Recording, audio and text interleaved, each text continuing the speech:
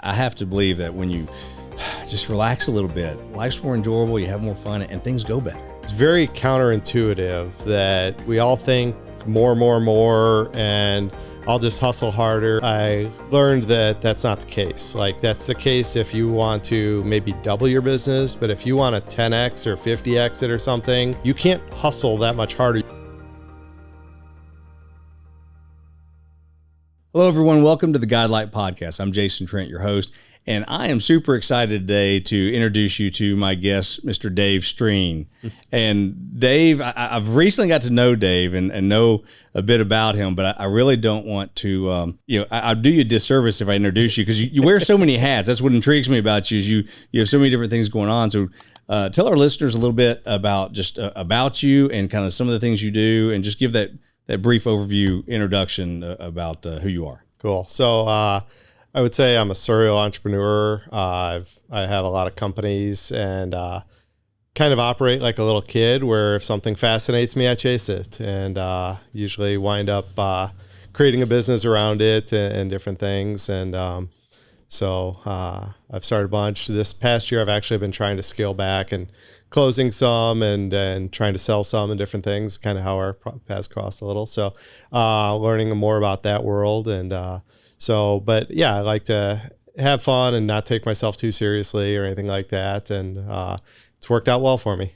Well, so. I love when we're having a conversation, and so many things about you is like, you're you're smiling, you're fun. And I'm sitting there thinking, man, this is the kind of the lane I'd like to play in a little bit, because you're just having fun with business and work. And tell us a little bit about your journey in that, because you shared a story about where you were and how business was just kind of sometimes just very stoic, and you just had this epiphany where you're like, no, this isn't how I'm going to roll. Yeah. So back up a little bit, and kind of a pivotal moment for me was actually a shoulder injury. So there's a field called paintless dent repair that most people don't know about, where we go around taking little dents out of cars without the need for body work and everything. And there's a tiny niche in that for hail damage repair. And I was one of the best techs in the world, and I would travel all over, I'd go to Australia, all over Europe, all over the US, even Japan and stuff, fixing hail damage in cars. Wow. And very lucrative business, would have done that the rest of my life, no problem. Shoulder injury took me out of the game. And so I kind of bounced around and tried a bunch of different things, and trying to figure out what worked as far as A, replacing the income, and B, that I enjoyed as much and everything else. So through that, I learned a lot about a lot of different businesses and different industries and stuff. And then I kind of had that moment where I put it together, and I was like, well, I got taken out of doing dents because of a bad design on a tool that was not ergonomically correct, and ground my shoulder up pretty quickly. And so I started a tool company that specialized in ergonomic tools. Awesome. And so that was kind of the sweet harmony that kept me in the industry where all my friends were and everything, and being able to help them out, and now roll forward, and I'm actually healed and able to do it again myself too. So I do that every now and then. I love that. I was thinking about this, to have a conversation with someone like, great entrepreneurs, they see a problem and they want to fix the problem. I love you're doing something about what injured your shoulder, and helping, untold, thousands or hundreds of thousands of people in the process. And I think that's admirable, and it's encouraging, because, a lot of people just don't do it. They'll just complain, but you went out and did something about it. Yeah. And then, we were talking earlier that, the company that I was running before, Auto Hail, was very prim and proper and everything else. And, then we'd leave these meetings and go to lunch, and we'd cuss and joke and everything else, and it was all fun. And so when I started the tool company, I'm like, I don't want that fake deal and whatever. So I swung completely the opposite way, and we have bathroom humor and everything else. We name our tools. We have hookers and little peckers and all these terrible things that, that make everybody laugh. And we figured out that if we're laughing, so are our customers, and it just works out where there's no stress. And I always say, like, we don't make heart pumps or anything. There's no emergencies in what I do and stuff like, so I've kind of tried to design that to where, like, the worst problem I can face is maybe a shipping error. Right. So it's very low stress, very and I've tried to make it a self-managing company where it can run without me. And I'm sure we'll talk about that a little bit as that builds value. That's definitely one of the things we talk about. And when it comes to the mergers and acquisition world, is like if a company can run without you, it increases the value, umpteen million times. So that's awesome. That's cool that you've done that. So one of the other things, because being an advisor, you're an inventor, you've had a great journey in what you've been doing. But the other thing where we have some commonalities is you're an advisor. And I want you to talk a little about that, because I wasn't that familiar with it. I'd heard of some of the names you talked about and the programs you're working with. Tell our listeners a little bit about that, because I think I love that storyline and where you're leaning in again to help solve another problem where there was a gap, and you're leaning into it, and it's just it makes my day when I see people doing these kinds of things. So it's where I do the advising is through Joe Polish is one of the best marketers in the world, and he has a group that's called Genius Network, and it's $35,000 to be a member, and that's the lowest level. They go up to $100,000 a year, and one of the qualifications to be in that group, not just writing the check, but you need to be having a business that's doing $1 million a year. And they used to just, if you didn't qualify, that was the end of the road. Well, we created this ELF program, which ELF stands for easy, lucrative, and fun.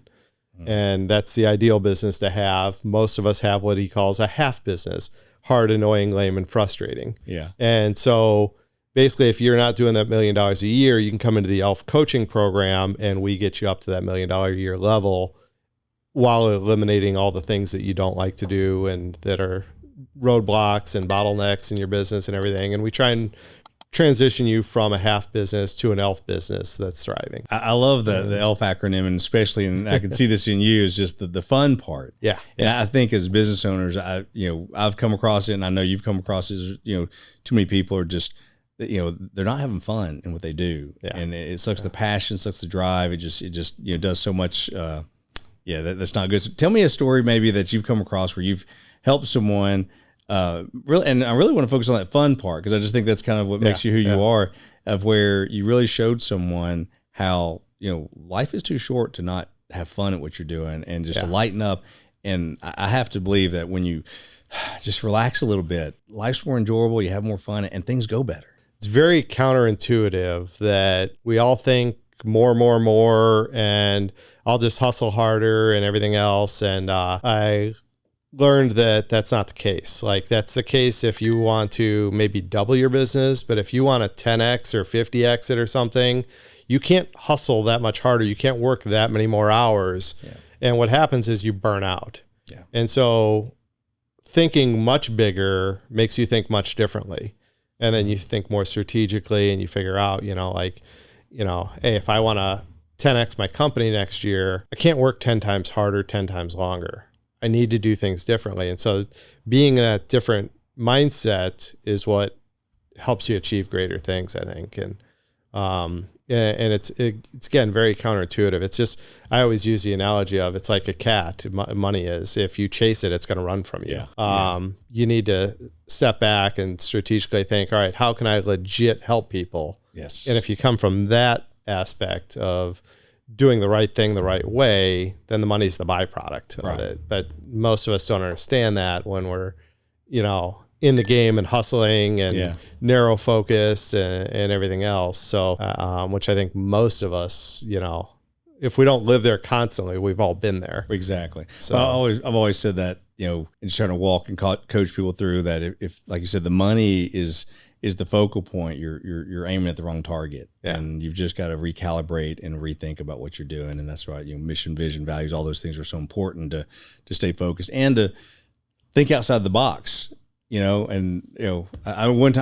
did something one time, which was probably, if I'd at the time, I've talked on another podcast where there was a season where I didn't have like a CFO or someone really guarding my money and my resources, and I blew a lot of it chasing something and thinking big or whatever, but it ended up not turning out like it was supposed to. But it was okay, because you just went down that road and you learn from it. Yeah, and that's the great thing that a lot of business owners do is they chase things. And you told me that, like, I'm chasing this.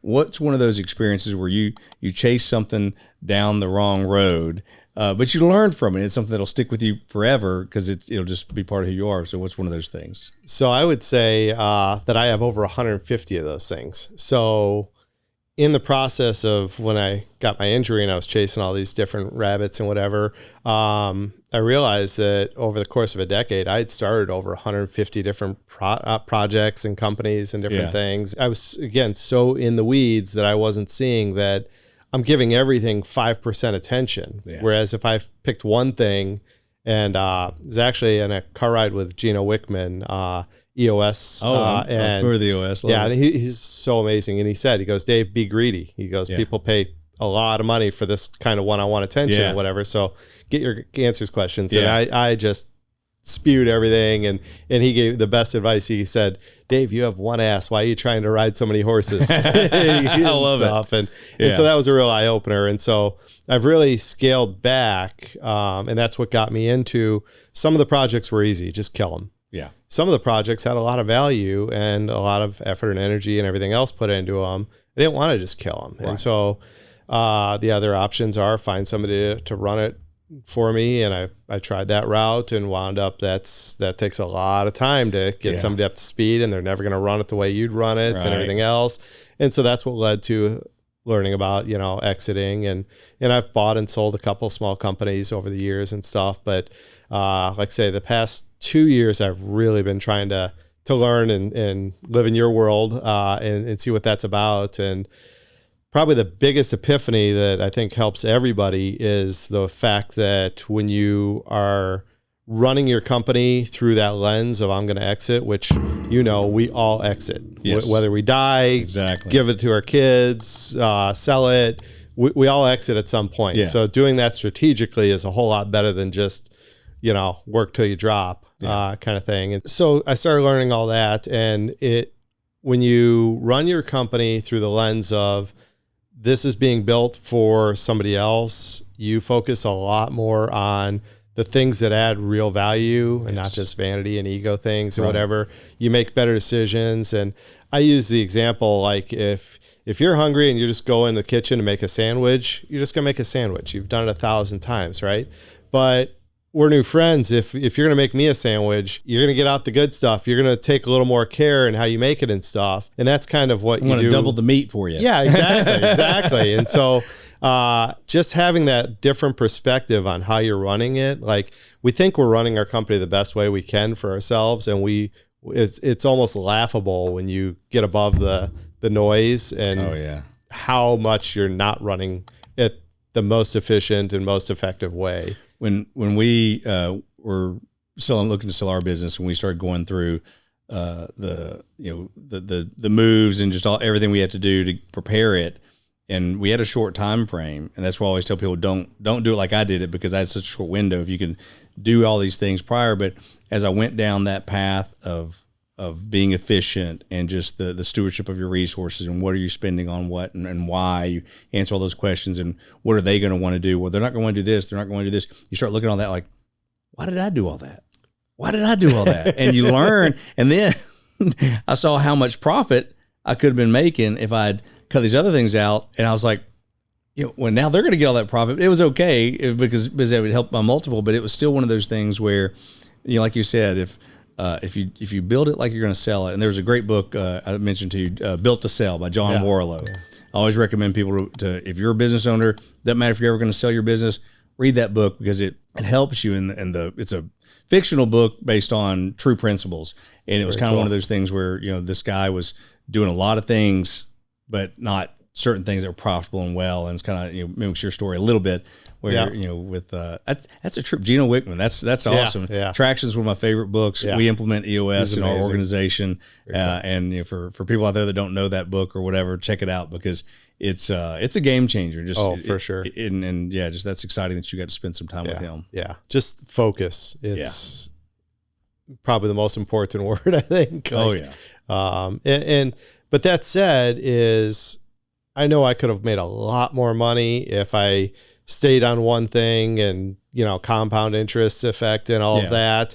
But life wouldn't have been nearly as fun and exciting and everything else. And the people I've met and the experiences I've had chasing all these different things like a kid and whatever. So it's like, you got to kind of weigh that of, I always say, like, what do you want your ideal life to be like? And most people don't stop to think about that. Right. But a lot of what we think is, someday I'll have all this. Well, if you make that list, I'll bet you 90% of that list you could start doing tomorrow. Yes.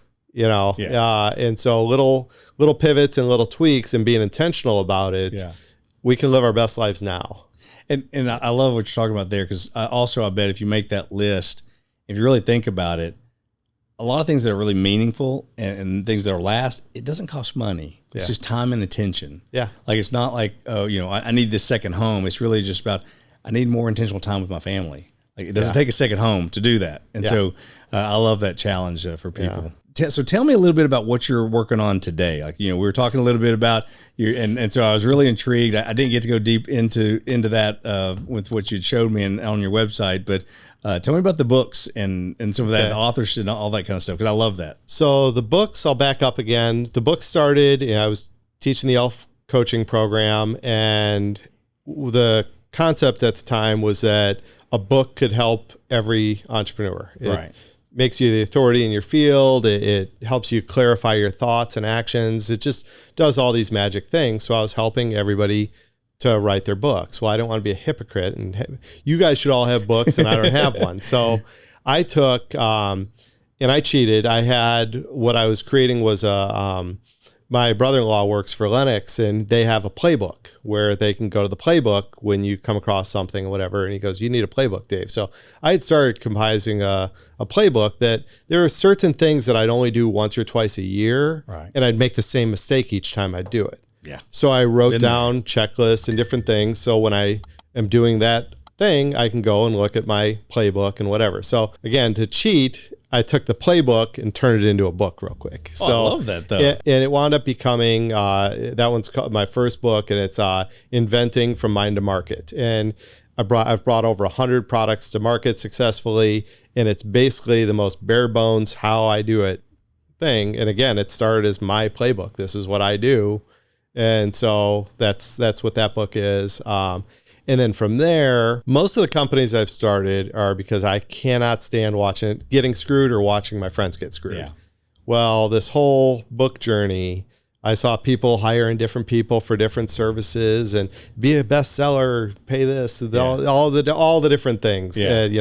Over promise, under deliver, scams and whatever. Whether it's intentional or not, so much of that. And so I learned through the group of, hey, this guy's really doing what he says he's doing. Cool. Let's add him to the team. This guy's amazing. Let's add him to the team. Oh, she did this so well. Okay. And then I greedily use it for my own books and bring in my own stuff, to market and everything. But then I share that with whoever is interested in doing their own book and stuff. So that's how that whole We Help Authors business started, was just kind of, again, following my fascination. I love reading. And I didn't always. I hated reading for decades. But once I found reading again and loved it again, like, that's one of my favorite things to do. So what do you think about, because when you're saying love reading, I used to love reading. Yeah. And I feel like I went to the dark side to audiobooks. I listen to a lot of audiobooks. So what's your thoughts on audiobooks versus just reading the book? So I've got a weird thought of this. So it depends on what you're reading. Okay. Yeah. So if you're listening to fantasy or a murder mystery or whatever, listen to the audiobook, if that's what you want. I still love to have paper in my hands. I don't even like digital books. I like to turn pages and all that stuff. And then I do a hybrid. So if I'm going to read, like, I'm guessing the book you recommended, there's on exiting your business and everything, what I'm going to do is I'm going to buy the physical. I'll probably get the hardcover copy, and I'll get the audiobook. Right. And I'll listen to the audiobook while I'm sitting with the hardcover in my hands with a highlighter and a pen. And I'm going to be highlighting things, underlining things, making notes in the margins, ruining the book, but I treat it like a college course or something. That's how I get the absolute best retention out of it. Yeah. You're usually listening to the author's voice, and it goes back to that childhood, you're sitting in somebody's lap, following along and listening to their voice and everything else. It's just that magic reading time. So that's my favorite, but there's certain books that I definitely want the audio version. Right. There's other books where I definitely want the physical versions. And then again, those few that I want both. Well, you're an encouragement to me because I've been telling my wife, I said, I need to start integrating that into my routine of getting back to reading paper books and doing exactly what you just said, of doing the audio and just really digging in, because I've notoriously just, I'm on the road a lot and I travel a lot. And so I have a lot of space just to listen to it on audio, especially if I'm driving, which I can't, I can't, take notes and highlight and that kind of stuff, which I'd like to do. So a lot of that is just around trying to, just trying to nail things down and with my time and my routine. What are some, so we're going to wrap this up just for a second, but we're going to come back and I'm going to, you and I are going to have to get together again. That'd be great. Because there's definitely some things I have asked, and there's some things that you've talked about that we didn't get to cover on this one.